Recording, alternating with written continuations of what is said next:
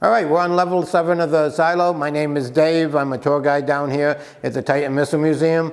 I was stationed here during the mid-70s on a Titan missile crew. So I'm going to show you some of the stuff we used to do on a daily basis. We would go through all 9 levels of this silo looking for problems. It would take us 4 hours a day. We'd do it twice a day.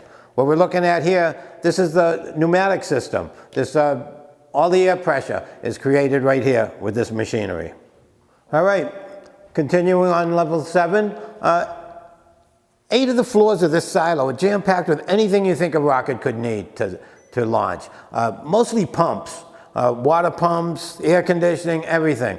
Now this one is chilled water going up to the cooling towers. Chilled water is what kept this cool. This launch tube had to be kept at 60 degrees. The missile had to be 60 degrees at all times, or the fuel would boil away, and that would not be good for any of us. So that's what most of this stuff is. This is the chilled water going back up to the return to the cooling towers. This pump is the water for the fire protection system, which I'll show you on a different level.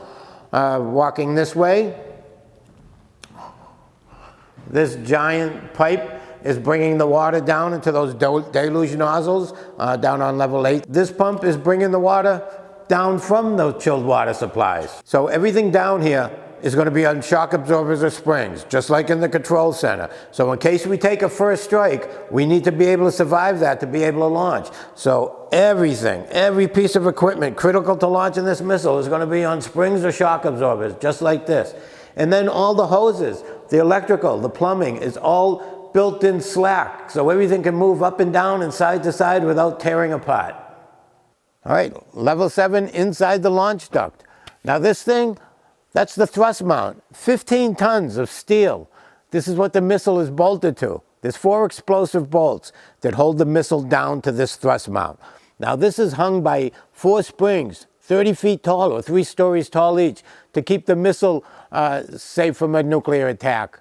When those keys are turned, shims shoot out, lock this thrust mount down into a stable position, so we have a stable platform to fire from. Now when the missile gets to 77% of its full thrust, the 4 explosive bolts that hold it down explode, and the missile will start lumbering up out of that silo. And from here, it only takes 2 seconds to get outside and on its way. Now this is level 7, we're right under the missile. All the platforms are down, the work platforms where if somebody had to come and work on it or load the missile with fuel. Now right here, this is where the engines would be bolted to. These are the lines coming from the fuel tank and the oxidizer tank. This is where the butterfly valve that keeps the missile from being inadvertently launched would sit. I mean, the engines would sit down here. We took the engines off, put them outside so everybody can get a good look at the technology. This is the best view of the missile from down here. Looking up, you get to see the whole thing. Now, all these panels along the wall, those are all our sound attenuation panels.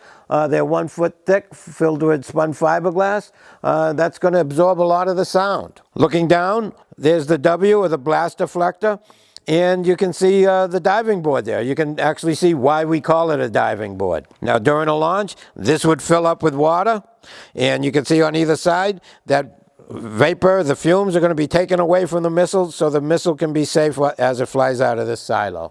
Now this here is the explosive nut. We call them explosive bolts, but there's really explosive nuts on either end. In case one doesn't blow, the other will.